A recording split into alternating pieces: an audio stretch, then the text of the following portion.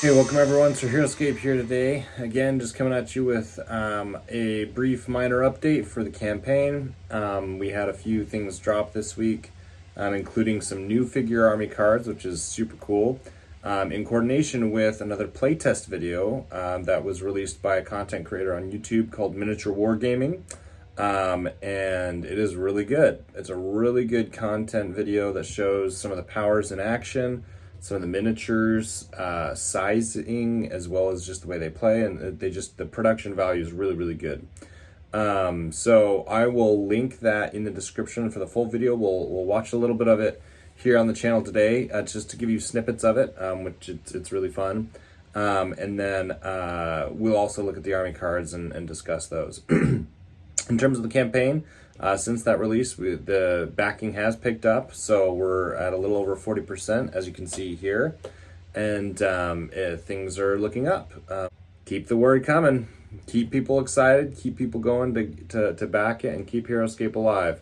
There's still a lot to be excited about with all the stuff that's going on. And yeah, so let's jump in and take a look at some of the cards, and then watch a little bit of the playtest video. Also, just really quick, inserting this into my video before I forget, also want to again do another shout out for StuffByHags on the Etsy store. This is one of the new products he's gotten. Again, the sweatshirt we've got here.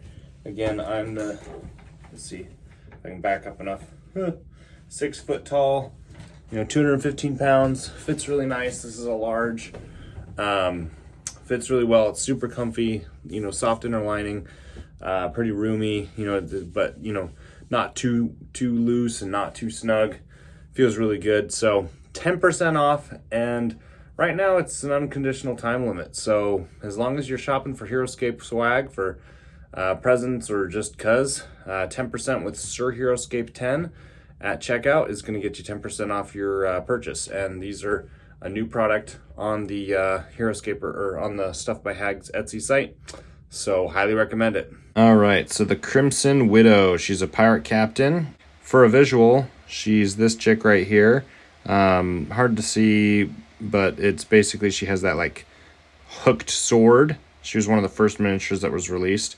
So this is her. We've got some great stats here, 55143, so pretty solid there all around.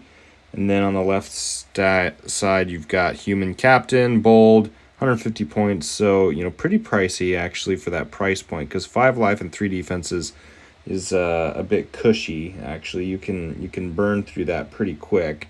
But her abilities are significant, especially when she's around other units getting helped out. So Pirate Commander, if there's an if there's an order marker on her, all pirate figures you control gain an attack die when attacking adjacent figures.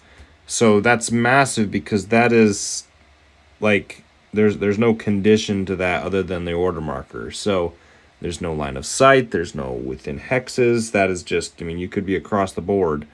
They just get an extra attack. So that's pretty awesome, actually.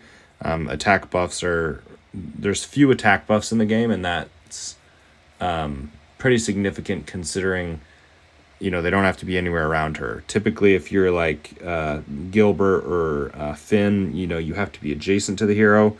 This one, you can be anywhere and getting the bonus. Midnight Raid, before taking a turn with her, you may reveal the X order marker to move up to 2 pirate figures up to 3 spaces each. Any figures moves with Midnight Raid must be within 6 clear sight spaces. Okay.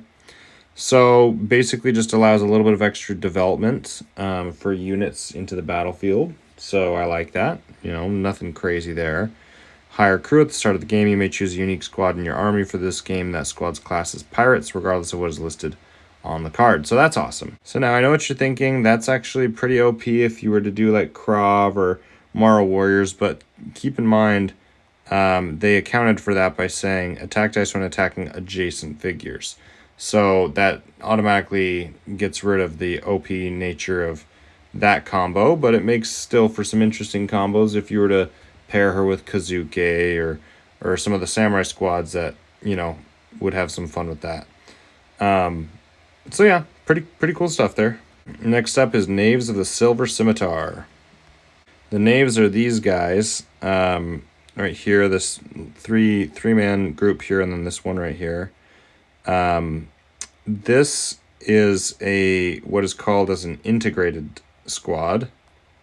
First time we've seen it. Notice the species here, integrated.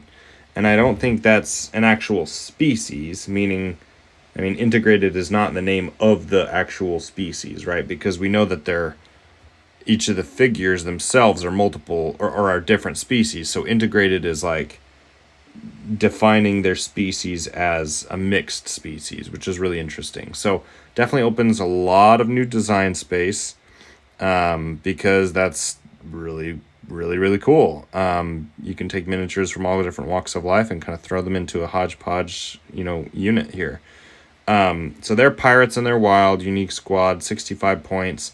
They have some pretty sweet abilities. So Captain's Way, the start of the game, they choose a captain to be their captain, and they roll 1 additional defense dice against non-adjacent attacks while they're within 4 spaces of the captain. Pretty straightforward. Captain's Orders, they can take a turn with their captain or a pirate hero before their own turn, so, bonding essentially. First Assault 1 basically just buffs their attack, that's a Valguard's ability. And then Disengage, which is always useful. So 5 move, 3 attack, 2 defense, so pretty cushy. 4-man squad though, so you're going to get a few activations before they all go down. They get First Assault, so they're going to be able to get a good first hit. They're bonding, and they get extra defense to get in to the action before range hits them. So not bad. For 65 points, I'll take it. I like this group. Now for the nasties. Iron Lich Viscerat. That's this guy in the back. It's hard to see his size. You'll see in the video, but that's that guy in the back there. And I really, really like this guy. So, Dismissive Strider. Viscerat can move through small and medium figures, does not take leaving engagement attacks from small and medium figures, and can target attack non-adjacent figures while only engaged with small and medium figures. That's awesome. That's basically the ability right from Marutuk from the C3V. And so that's really cool to see. Vial Injection. Begin the game with 3 yellow surge markers once per turn before moving with another Isonic figure within 5 spaces of Viscerat. You may remove a surge marker from this card to add 2 to that figure's movement attack until the end of the turn. So you only get to do that 3 times, so it's not a full squad, it's an individual figure. So that's interesting because, you're only ever going to really get to use it once if you want one big, really good attack with your squad, right, all at once. You inject 3 figures and they go crazy. Or you can kind of disperse them out throughout a game, but that's not very overpowered. I would say that's for 1 or 2 big turns, and that's kind of it. Ironclad Puppeteer. After revealing an order marker on Viscerat and taking a turn with Viscerat, you may take a turn with another Isonic hero or squad you control. So, pretty cool stuff there. Makes a lot of sense. He's the warlord. You guys, that means he's bonding with legionnaires. Heck yes. Now, I love that his abilities have nothing to do with legionnaires, so it makes, him not like the perfect bonding choice, but just the fact that he has the ability to bond with them is awesome. His stats are pretty decent too, 6, 5, 5, 3, 4, so I mean he's got pretty good survivability with 6 life and 4 defense. His attack's decent, his range is okay. So yeah, I mean, bonding with legionnaires and running around the battlefield with legionnaires is just awesome. I love it. That's going to be so much fun. Hellforge Mandicore. Now this one is the big ugly. Remember this thing? Yeah, that thing is the Hellforge Mandicore. It's massive on a single base, and it does some dope stuff. So let's take a look at it. So this is a Isonic unique hero, Devourer and Menacing. 64144. So not okay. So it's a little bit slow, but pretty good life and honestly good stats there. Blast Furnace 15 before moving normally with Hellforge, and each time Hellforge moves onto a space during normal movement, You must roll the 20-sided die once for each figure. So not just enemy figures, each figure adjacent to Hellforge. If you roll a 15 or higher, that figure receives 1 wound. Oi. Figures with the lava resistance special power not affected. Okay. You can only roll it for once per turn per figure. Okay. So that's actually, this is almost exactly how the Avernus ability works for the C3V. It's not exactly, I mean, it's a little bit different, but that's pretty much how that one works. So, pretty sweet there. Feed the Forge. If a figure or destructible object adjacent to Hellforge is destroyed, you may roll the 20-sided die. Add 8 to the roll if the figure is an Isonek, Soulborg, or destructible object. Ooh. If you roll a 15 or higher, you may remove a wound marker from this card. That's so awesome. Oh, man. So you're burning everything around you, and if you happen to burn your own Isonek or an enemy Isonek, a Soulborg, so a squad, rats that are running around trying to lock you up, or just destructible objects, you can feed it into the forge to heal it. Oh, that's awesome. And that's even better because it counters rats, and that's awesome. I mean, it doesn't really counter them, other than you can auto destroy them. But the idea is that you're just feeding the rats right into the forge and melting them. So that's a really cool visual there. So love that. Isonek advance at the start of each round after all order markers have been placed. If all your order markers are placed on Isonek army cards, you may move Hellforge up to 4 spaces. Hellforge must end his movement on an empty space. Okay, so this is significant. First off, that's awesome because that turns that 4 move into 8, essentially, on turn 1. And that is, like, really cool because you can start the round by burning stuff, right? Because this is saying before moving normally and during movement, you're rolling this. So say you're down to, like, 2 life left to start the round, and you're surrounded by enemies. As long as you have all your order markers on, you get to move in 4 spaces. That 4 spaces could be spent burning stuff and then feeding the forge once you've killed it and get that health back up. So, like, this dude can do some major stuff. That's going to be awesome. All right, Necro-tech, Wraith Riders. Isonek, unique squad. Marauders Wild, 100 points. Okay, decent. This is a 3-man squad. Chain grab 9, that's exactly like the Dro chain fighter, so we don't need to cover that. Rolling movement, a Necro-tech Wraith Rider cannot move onto a space 2 levels above its base. Okay, so that's significant. They are not going to be moving around the map very well on any type of hilly terrain maps. So, fast and low to the ground is these guys' movement. But I love that because while it might be super difficult to get them to engage opponents, the chain grab accounts for that. So they have the ability to then chain grab people down onto their same level where they can deal damage. And they have decent stats. I mean, the 2 life is awesome for the 2 life squad. 8 move is insane. And I expected as much when we saw that they were going to be rolling. I kind of made that assumption that they were going to have high move. 3 attack, 3 defense, which is, pretty regular, so not too bad. For reference, that's these guys here. You've got the 2 here, and then the one up here with their massive chains on their little balls. And in this picture, we just haven't covered this squad yet, so let's get to those guys. And these are the Dreadnoughts of the new Tortuga. So we've also got integrated unique squads, so similar to the other one, just different multi-species squad here.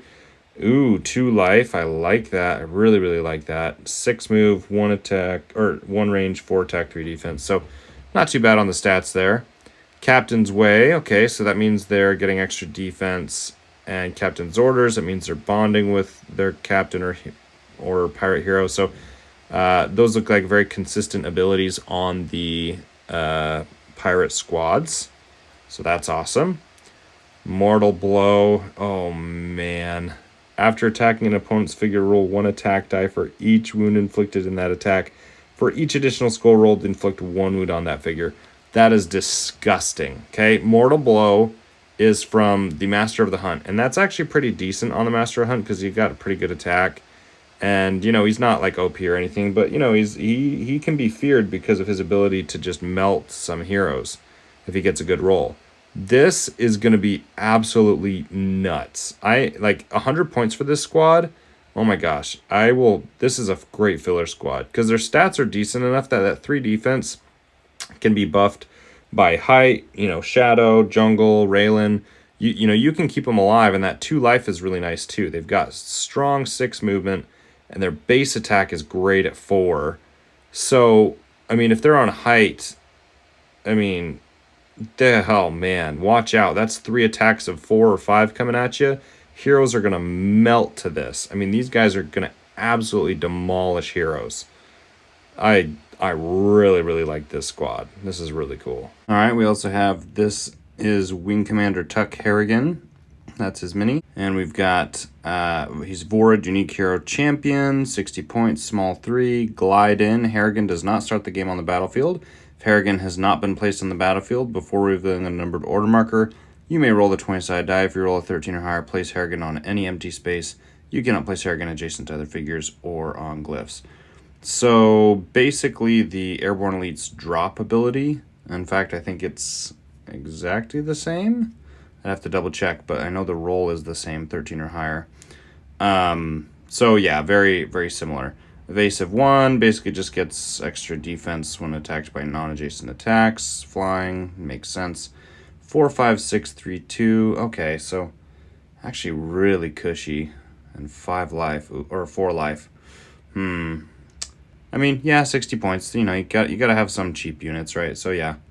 I mean, that's fine. You know, he's a guy who can drop in and get a couple attacks before going down. This guy, if you remember, he's like the ATT Star Wars walker. He is Kane, Imperator Kane. And we take a look at him. Vorad, Unique Hero Champion, Fearsome, 140. Height 10, 5, 5, 5, 3, 4. So pretty solid stats there. And then Stomp 8. Once per turn, at any point during Kane's normal movement. If Kane is on a space where he may end his movement, you may choose an adjacent small or medium figure whose base is no more than 5 levels above Kane's base. Roll the 20-sided die. If you roll an 8 or higher, that figure receives 1 wound. Okay. So a little bit of a simpler ability to the Stomp from Torkol Na, because this is not stating that he's required to take the place of that unit, and it's only once per turn, so it's not like multiple figures. It's at any point though, so that does give you some cool options there.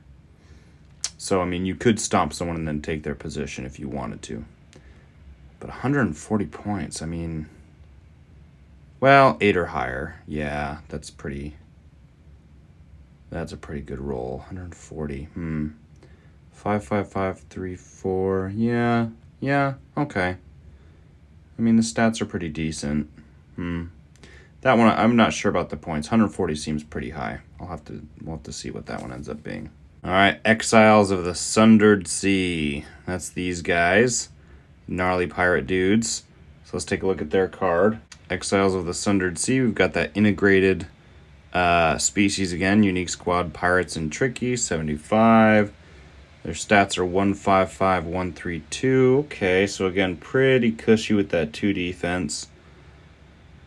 Black powder pistols. Okay, so it's like that pirate chick. So they get 3 markers, and you get to take a turn and add 4 to their range. But it's only 3 times throughout the game, or 3 times for the whole game. Okay, so it gives them a pistol shot on a few hits. Stealthy 13, basically if they roll a skull, you can dash away and move up to 3 spaces. Okay, that's actually, I don't know if there's any classic units with that ability, but that's an ability like the Buccaneers of Tortuga on the C3V. In fact, I think that's exactly what they can do. They can dodge and then move 3 spaces. So pretty cool to see some abilities being used there. Disengage, Exiles of the Sundered Sea. Okay, yeah, obviously disengage. Okay, so very maneuverable, right? That 2 defense is pretty weak, but they have the ability to just duck out of combat and move around people with that 3 move after they duck out with stealthy. And then 3 attack gives them pretty good chances of taking height simply because of their stealthy allows them to get into position to take height on their next turn. So 4 figures, slithering around and dealing damage with 3-4 from height. Not too bad. Not too bad. So 75 points, sure. Yeah, that's not bad. And then last one for now, Admiral EJ-1M. This is the Vidar Solborg with the 4 arms. Dude looks super dope. And his abilities are too. So we've got Admiral as his class, 170 points, 3 life, 5 move, 1 range, 4 attack, 6 defense. So interesting stats there. I feel like that's a very unique stat line, so I like it. Let's take a look at his abilities. Admiral's Orders. After rolling for initiative, you may move any order markers from this card onto any of your pirate or captain army cards. Okay, wow. So you can see your opponent's initiative, or you can see your opponent's order markers, roll for initiative. Depending on if you win or lose your initiative, that can determine what you want to do. And so you can replace them onto other cards. I like it. Boarding party. Range 5, attack 2+ special. You may attack up to 4 times with boarding party special attack. Holy, okay. Roll 1 additional attack die when attacking a figure engaged with a pirate or captain you control. Okay, I think this is where he's getting all his points. After each attack, if that was the first time you attacked the defending figure this turn, you may move 1 pirate or captain figure you control up to 4 spaces. You may not move the same figure more than once in a turn using boarding party spells. Dang. Okay, so his attacks can trigger some crazy movements. So range 5, attack 2, that can become 3 if you're attacking figures engaged. So basically, he can pop off 4 attacks of 3. If you wait for your pirates and units and captains to get engaged, you pop off a bunch of attacks with him. Then you can move those people, and assuming you've set up your order markers the way you want them to, you can move them into position for their next order marker, after this movement here. That's pretty crazy. That's going to take some finesse to really figure out how to use that ability correctly, but that is pretty nuts. Now, for 170, am I still convinced that's the right price point? I don't know. I think that entirely depends on how well this matches and synergizes with the other captains and pirates, right? I mean, this ability is pretty nuts because this can affect any future pirate or captain army cards. So if we get commons, this could be a massive, massive boon to be able to make adjustments with common squads. So yeah, I guess the 170 is accounting for any future designs as well. Super cool stuff. Really exciting to see some of those powers and just the cross synergies, like with the Legionnaires. Some reused abilities that we've seen before, or similar abilities that are being that we're familiar with, and just some new abilities too that just are so unique and fun. Really like where the design of some of these units is. They feel like classic units, so love that. Let's watch some of the gameplay with these. Again, this is from Miniature Wargaming. I'll just show you some snippets from their video, and I'll link the full video in the description for you guys to go and check out. It's really good. I really like the production value, and so let's take a sneak peek. My second activation, which is my Iron Lich again. Hello. So number 2 right there, Iron Lich Viscerat is going to go. He's going to stay where he is and sit on top of that +1 attack glyph, and he's going to take a shot. Now you get an extra defense against. Oh, you get 2 extra. I get 2 extra defense. Yeah. Because 1 from that, and then 1 because it's a ranged attack. Hey, I'm just going to try to take out 1 of your wounds, and then maybe I can vent the heat against it. Well, there's 2 damage. So you're up to 5 defense? 5 potential defense dice. Oh! I would have loved to see that on the attack. You're dead. Though. Yeah, he died. Wow. I was just trying to take off a wound, and you were nice and let me take off both. Now when he finishes, we're going to activate the Hellforged Mandicore with his Ironclad Puppeteer rule.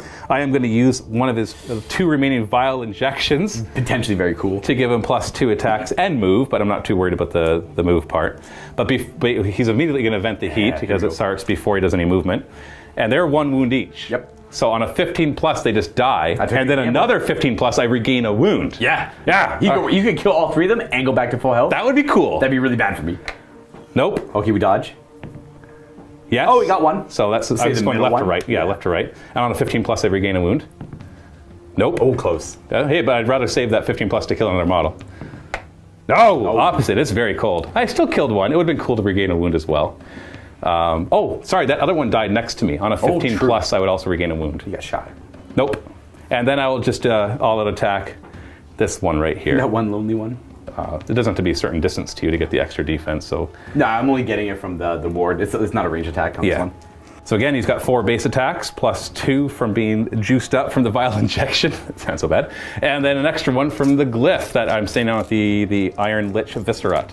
Let's see how many hits I can do. Oh, that's 4. Oof, well, he's probably not great. Yeah, you've only got 1 wound, so... I got 3. Oh, he's dead. I only got 3 defense, even with the ward. So oh, yeah, you're which dead. one did you want to kill? This one. All right, and you might heal. On a 15 plus, I will throw you in the furnace. Oh. Hey! That takes a wound off, so I can come over to my card and remove one of these wounds that I have on him. So now he's only taken 2 of his 6. If you guys enjoyed that, I really enjoyed the full video, so I highly suggest you go and check it out. Really cool to see, again, some other YouTubers and content creators promoting some of this content out there for people to get excited about Heroscape. If you read the comments on the video when you watch it, it's pretty awesome to see just how many people are in love with this game and how many people on their channel have already backed it. So, continuing to spread the word is the most important thing we could do, just to get people excited and invested in keeping Heroscape alive. So, all right. Other than that, I will also post a link to a document, or not a document, article that was just released as well.